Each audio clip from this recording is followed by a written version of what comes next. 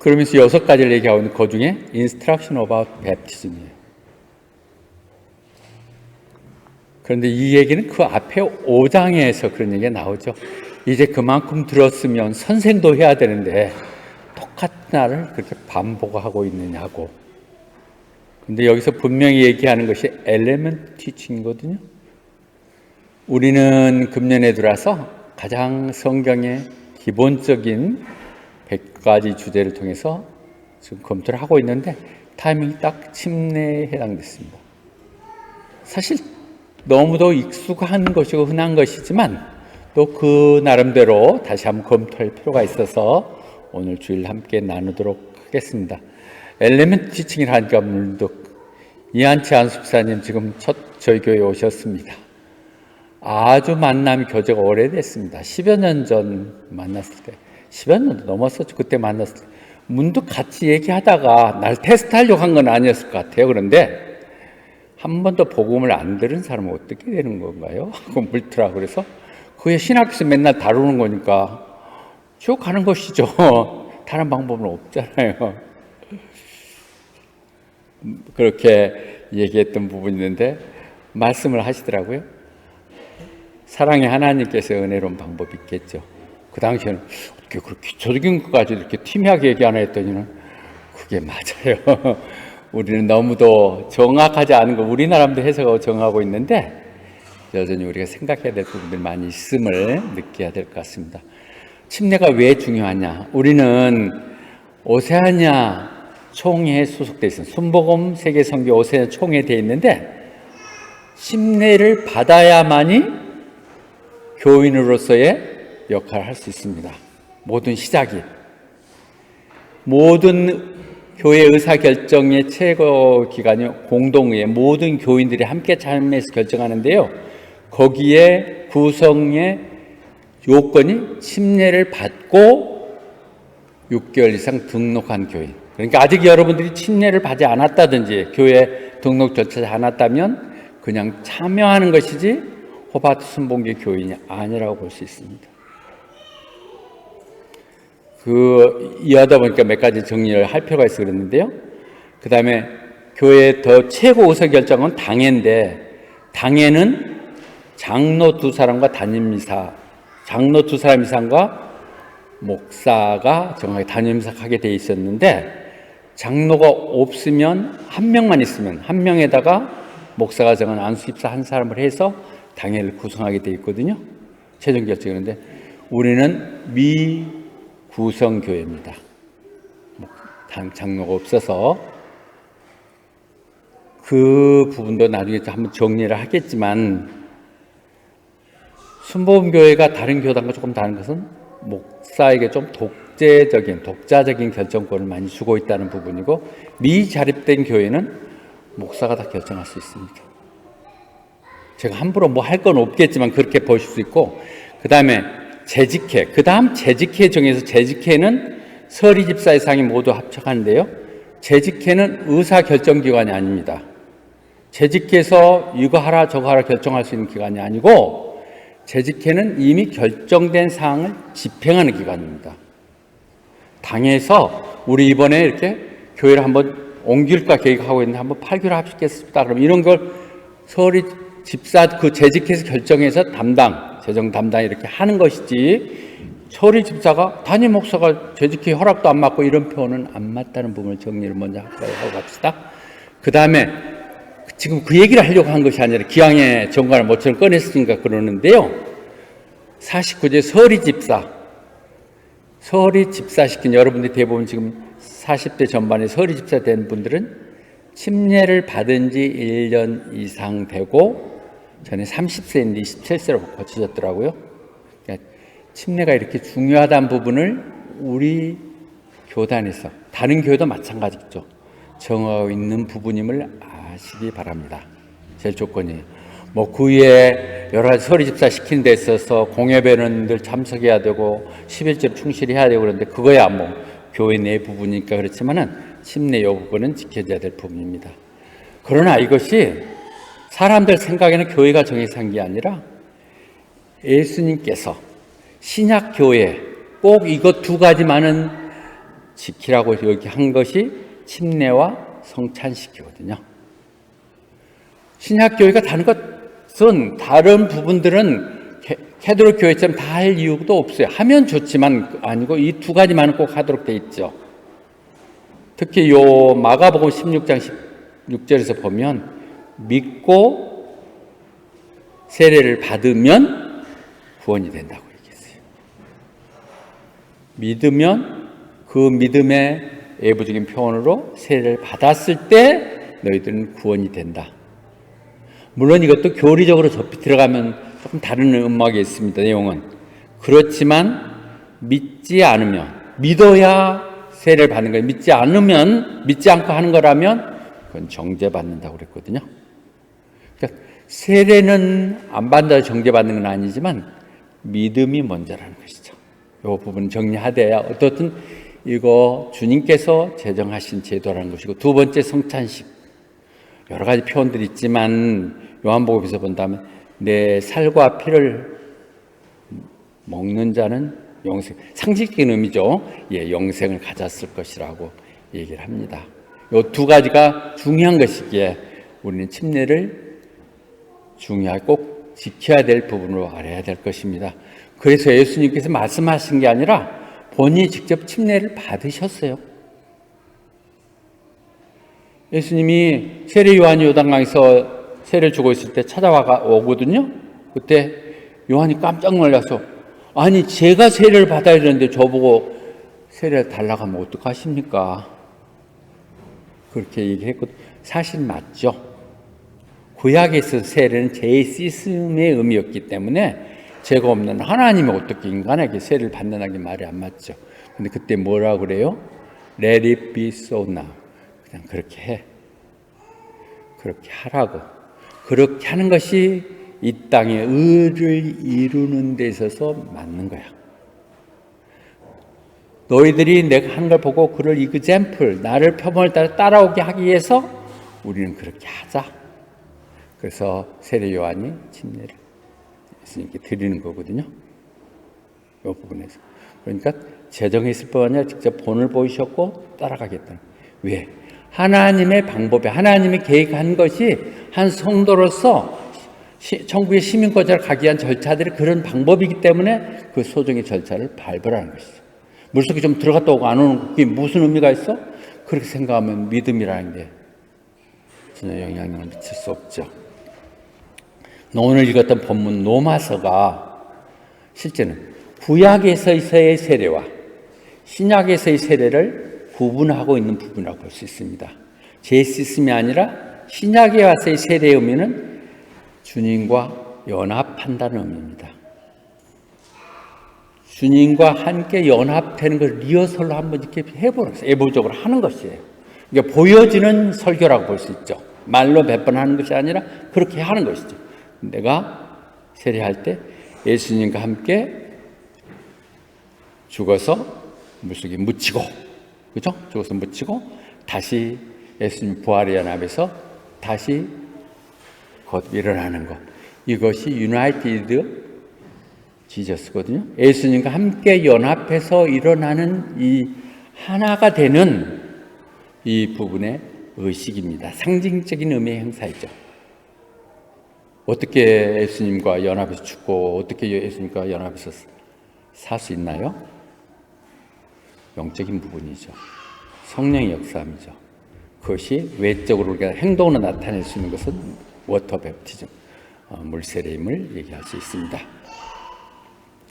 그 성령이 임했을 때 오순절에 베드로가 그 백성들 향해서 너희들이 우리 구세주 예수를 죽였다 하면서 정말 설교를 할 때 그들이 와서 그러죠. 가슴을 치면서 어떻게 해야 됩니까?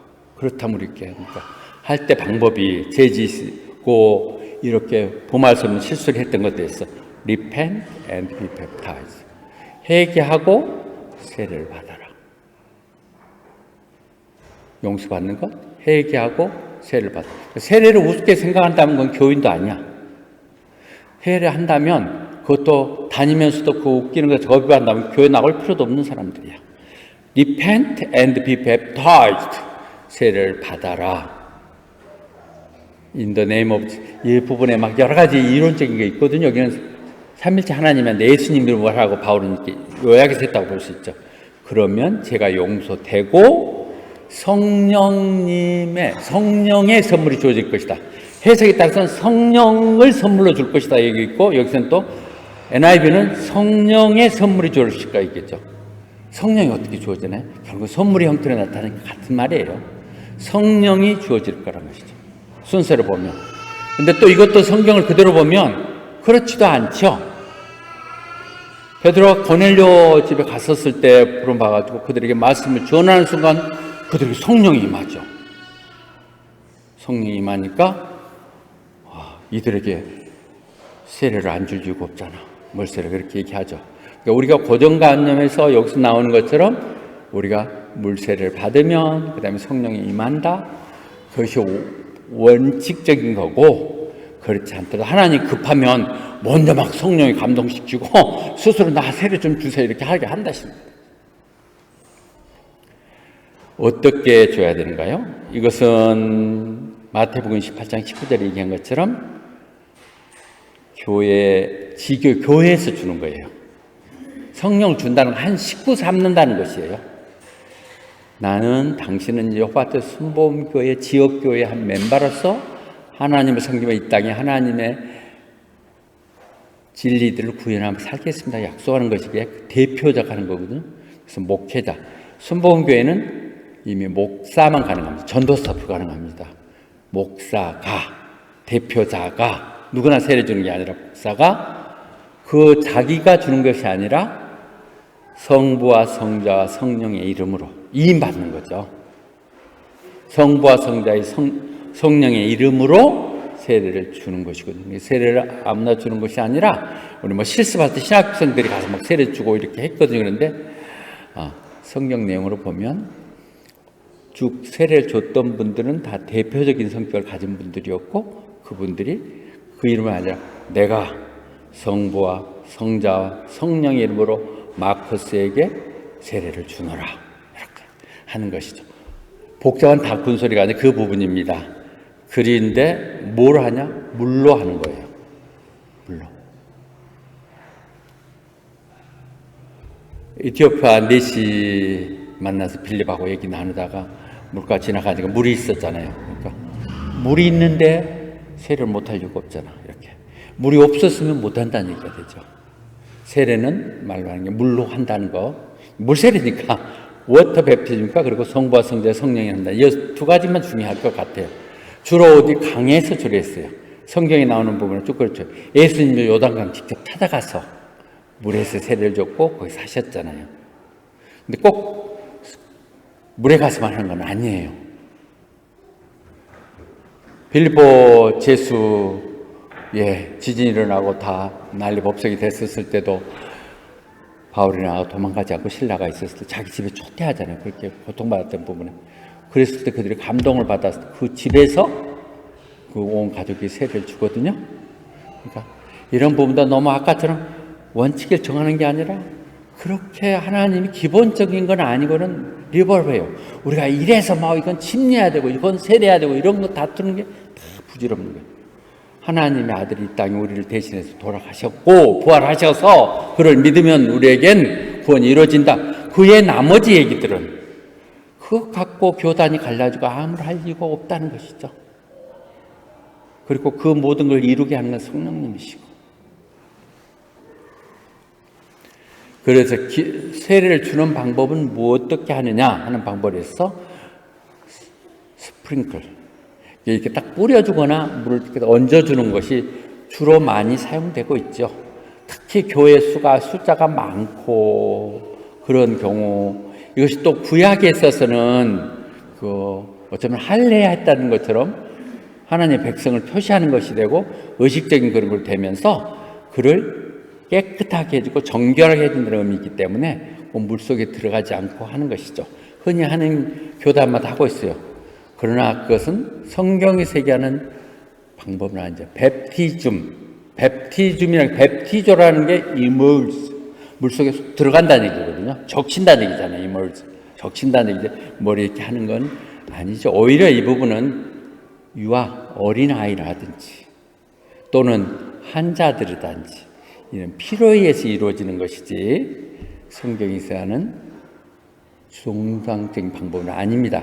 그러나 이것마저도 상징적인 것이니까 그런 마음을 갖고 하면 문제가 될 건 없습니다. 그러나 우리는 침례라는 표현을 쓰고 있고 일부러 순복음교회는 침례라고 하죠. 그러나 침례 갖고 잘 풀리지 않는 부분들이 있어서 저는 세례도 하고 침례라고 씁니다만은 같은 의미니까 이 부분이 지금 아까 우리가 읽었던 로마서에서 얘기하는 침례를 설명하는 영적 의미와 같죠. 주님과 함께 잠겨서 죽고 물속에 들어가서 묻혀있고 다시 일어나 부활해서 새로운 생명을 오는 이 상징적인 부분이 한다면 그대로 해봐야겠는 것이 의미가 있겠죠. 그래서 우리 이번에 오랫동안 있었다가 세례를 하기로 하고 세벌마의 빛에 살 것입니다. 저 위에 보이는 거기 장소는 구체적으로 얼마 남았으니까 하겠는데요. 21일 날에 10시에 연합예배를 드리고 하도록 할 테니까 지원해 주시고 준비해 주시기 바랍니다. 우리는 이모빙 베프티즘을 하고 있다는 부분을 말씀드립니다. 그런데 여기서 얘기했던 어린애 유아 세례에 대해서 우리 교단은 유아 세례는 하지 않습니다. 유아 세례란 게 아이에게 주는 것 같으면 세례란 건 본인의 신앙 고백과 본인의 회개와 수반해서 주는 것인데 전혀 없거든요. 그러니까 이건 유아 세례를 한다고 하는 것은 부모 어린 아이의 부모들이 약속하는 것이죠. 세례한다 해도 의식의 절차를 갖추지만 제가 이 아이를 하나님 뜻 안에서 하나님 말씀대로 키우겠습니다. 좀 좋은 방법이죠. 다짐하고 나쁠 건 없죠. 그러나 우리는 성경에 합치되지는 않는다고 해서 캐톨릭에서 주로 하고 있는 이 부분 우리는 물속에 갖고 울고 볼고 난리 하잖아요. 우리는 하지 않습니다. 그 대신에 우리는 베이비 데디케이션 헌화식을 하죠. 여러분 그림에서 보듯이 저 아이들이 지금 마이미가 저렇게 컸네요. 다니엘이 헌화식 하는데 너 목사님 넥타이 붙들고 있고 있던 아름다운 추억들이 다 커서 이제 또 많이 있는 이 헌화식 아이들 헌화식을 4월 첫째 주 연합예배 때 드리도록 하겠습니다. 얘들 마찬가지 의미가 되겠죠. 그러나 더 같이 기도해주고 축복해주고 하는 부분을 갖고 있음을 이해해 주시기 바랍니다. 그 다음에 그러면 세례 우리가 얘기하지만 성경 읽어보면 세례라고 얘기하면 물세례가 있고 막 성령 세례하고 혼란되는 부분들이 여러분 있을 거예요. 좀 복잡한 논리적인 부분을 그냥 빨리 지나가겠습니다. 어떻든 바울이 3차 전도 때 에베소에 갔을 때 물어보거든요. 성도들한테 너희들 믿을 때 성령 세례 받았냐? 근데 그들이 우리는 성령 세례란 말이 있다는 말도 들어보지도 않았습니다. 성령이 있다는 말을 들어보지도 않았습니다. 그 에베소 2000년 전 에베소 교회만 그럴까요? 요즘도 많은 교회들이 성령 얘기하지 않아요? 무슨 귀신 같은 얘기를 하고 있어. 할 말만 이런 식으로 해서 강단에서 선포를 안 하니까 성도들이 듣지를 않으니까 그게 있는지 없는지도 모른다는 것이죠. 처음 얘기하면 왜 그런 얘기를 해? 이런 식으로 생각이 될 수 있다는 것이죠. 여기서도 보면 모르기 때문에 무슨 의식을 한 게 아니라 그들이 그런 것을 몰랐기 때문에 전혀 몰랐었는데 그게 있다. 그래서 너희들이 세례 요한에서 침례를 받았을 때 그것은 회개하는 의식이었고 그 내 다음에 오는 분이 불로 세례를 줄 거라고 했다는 그 분이 예수님이시다. 그 말을 하니까 성령이 그들에게 임했다는 것이죠. 그러니까 성령을 받기 위한 별도 의식, 절차 그런 것 있는데 우리는 그런 거 하지 않습니다. 의도적으로 할 필요가 없어요. 내가 알고 있고 성령이 임하심을 알면 되는 것이죠. 내용에서 이 부분을 정리하면서 따로 물세례와 성령 세례가 구분되고 있음을 볼 수 있죠. 그래서 흔히 또 세례 중에서 정하면 의식 속에서 이 볼 때 물세례 여기는 너희들이 뭘 기다려? 더 뭘 기다리냐고 이제 교인으로 살기로 했으면 바로 물속에 들어가서 세례 받고 그래서 죄 씻음 받아야지. 이건 물세례거든요. 근데 갈라디아서 또 얘기하는 걸 보면 우리들은 예수 그리스도를 믿음으로 인하여 모두가 한 성령의 세례를 받았다. 우리가 그래서 한 식구다. 한 성령 얘기하거든요. 성령님의 세례를 이렇게 얘기하고 있습니다. 그러니까 성경에서도 세례가 왔다 갔다 하고 있는 부분을 보시기 바랍니다. 그런데 디도서에서 보면 이게 잘 잘못돼요. 여러분들이 구원된 것은 물로 다시 한번 리버스 중생되는 것, 여러분들이 죄를 사하고 죄를 회개함으로 그런 의식을 통해서 이 말 그대로 본다면 물세를 통해서 여러분들은 죄가 씻겨졌고 성령님에서 새롭게 됐습니다. 행동은 이렇게 했지만 내 내면의 변화는 성령님이 역사했습니다. 이렇게 얘기하는 거거든요. 이 부분을 그렇게 정리할 수 있으니까 물세와 성령 세례는 서로 다른 형태이지만 함께 간다는 걸 생각해 주셔야 될 것 같아요. 요한복음에서는 또 얘기할 때는 예수님께 직접 얘기했거든요. 물과 성령으로 거듭나지 않으면 너희들은 천국을 갈 수 없다고요. 물론 여기서 워터를 말씀 진리로 얘기하지만 우리가 물세례 얘기할 때는 이렇게 봐도 될 것 같아요. 우리가 씻김 받고 그것이 진리였던 말씀이 될 때 하고 성령에서 거듭났을 때 우리는 온전한 백성이 되는 것이죠. 우리는 어떻든 성령에서 이 말의 부분이 성령으로 가게 돼요. 물세례는 성령으로 다시 진화되고 예수님이 이 땅 가운데 모든 죄를 대신 지시고 죄를 용서됐어요. 우리는 옛날처럼 막 죄를 회개하고 이런 것이 아니라 이런 부분은 내가 살아 살겠다는 회개하며 하나님께 돌아가는 방법이고 그렇게 되면 우리는 성령으로 회개받는다는 부분에 우리는 더 신앙적으로 정리될 수 있습니다. 다시 한번 이 정리를 할 때 보니까 나는 물세례를 받았는데 성령 세례는 뭔지 모르겠고 받았는지 안 받았는지 모르겠다고. 성령 하지만 남이 하고 그러니까 막 찬양하고 또 방언도 기도하고 이렇게 하지만 성령이 정말 난 진짜 성령이 지배되는 건지 인도하는지 모르겠다. 그런 고백들 갖는 게 정직한 사람입니다. 목사인 저도 가끔 그렇습니다. 그런데 그걸 의심하면 안 돼요. 왜냐하면 베드로에서 회개하고 성령을 침례를 받으면 성령이 주어질 거라고 얘기했죠. 그런데 그것은 선복음이나 이런 데서는 자꾸 따로 별도 사건이고 성령 받는 건 별도의 사건이라고 하는데 함께 가는 것이라고 봐야 될 것 같아요. 이거 좀 조심스러워요. 그러나 예수님의 사례를 보시자고요. 예수님이 물속에 세례를 받고 나오자 at that moment 바로 즉시 성령이 임하잖아요. 우리가 정말 믿고 고백하며 예수님 영접하는 행위를 범할 때 성령님이 우리 여기 오는 거죠. 믿음을 고백할 때 성령님이 우리한테 오는 것이죠. 그래서 고린도서 바울도 얘기하잖아요. 성령이 있잖아. 이미 성령이 이렇게 하지 않잖아요. 네가 하나님의 성전이고 성령이 너 안에 있는 거 모르냐? 모른다는 것이죠. 우리는 몰라. 교회 다니고 믿고 고백하고 헌신도 하고 그러면서도 성령은 나가 별거 없는 것 같다고 얘기하는데 잠재우고 있는 것이죠. 절대 그 의심하지 마세요. 내 안에 계신 성령님을 인정하시고 내가 믿으면 성령은 이미 임하시고 성령이 임했기 때문에 내가 오늘 같은 날도 교회를 이렇게 오고 또 헌신도 하고 이러잖아요.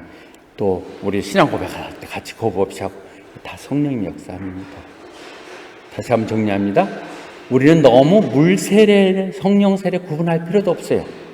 우리의 믿음의 행위가 성령 세례를 우리가 표징되고 나타나면 성령님이 우리에게 임하고 있는 것이라는 거죠. 그것이 얼마나 강하게 역사하냐는 문제는 내가 얼마나 강하게 하나님과 교제하며 기도하고 말씀으로 역사하고 또 직접 그걸 믿고 행동으로 하느냐는 문제는 다른 문제겠지만 성령은 받는 것입니다. 풋풋한 우리 경식이 오늘 아파서 못 나왔다며 그 시절 뭘 승리한다고 하더니 이제는 승리자가 됐나요? 깎아준 머리에 고등학교생이 와서 이렇게 이제 어른이 되고 가정을 이루고 그랬습니다. 이 말이 성령을 우리가 우리가 침례를 받는다는 다른 표현은 내가 죽고 예수님으로 사는 것이에요. 갈라디아서 2장 20절의 표현이 그렇게 볼 수 있어요. 로마서 6장에서 얘기하는 것과 같은 얘기일 수 있어요. 내가 예수님과 함께 십자가에 못 박혔나니 이제 내가 사는 것이 아니라 예수님이 안에 사는 것이라. 내가 지금 사는 것, 그 믿음 가운데 사는 거라 고백하는 것이고, 그래서 우리가 그렇게 고백하면 우리는 새로운 피조물이고, 그래서 옛날이 아닌 변하는 것이죠. 세례 받기 전과 후가 내 마음가짐이 달라질 필요가 있고, 그런 가운데 성령님 역사하시사 나를 강건하시고 하나님이 사람을 이 땅을 살게 하시는 것이죠. 결론을 얘기 드리겠습니다. 그래서 침례하는 것은 상징적인 행동입니다. 상징적인. 그래서 내가 예수님과 함께 죽고 장사되고 다시 한번 새로운 사람을 거듭났음을, 그리고 그것이 후에 예수님께서 말씀하신 수련할 것을 확인하는 하나의 우리의 퍼포먼스예요. 세례를. 그러니까 세례를 안 받는다 해서 구원이 안 되는 거 아니에요. 그러나 우리가 서로 사랑하고 가정을 이루게 했으면 세상 사람들 앞에서 우리는 이제 한 가정을 이루기로 했습니다. 서로 사랑하며 곱게 살겠습니다. 부모님 잘못이 이렇게 선포하는 것이 당당하듯이 이 의식 공식 행사예요. 그렇게 해서 가서 결혼에 또 등록도 하고, 이 부분이 우리의 이 땅에 사는 천국 시민들이 보여주는 것이거든요. 그런 내용이고, 그래서 이것은 내가 이제 옛날 살았던 모습들을 회개합니다. 그리고 다시 주님께 돌아갑니다. 그것이 내가 그냥 폼만 잡는 게 아니라 내 마음에 성령의 감동으로 변한 내 모습이 예형적으로 그때 보이는 거죠. 내가 어떻게 막 죽고 뭐 숨고 물속에 잠깐 들어가면 그러겠어요? 성령님 내게 그렇게 역사하시사 내가 그 성령님 역사함에 따라서 그렇게 보여주는 것이 세례입니다.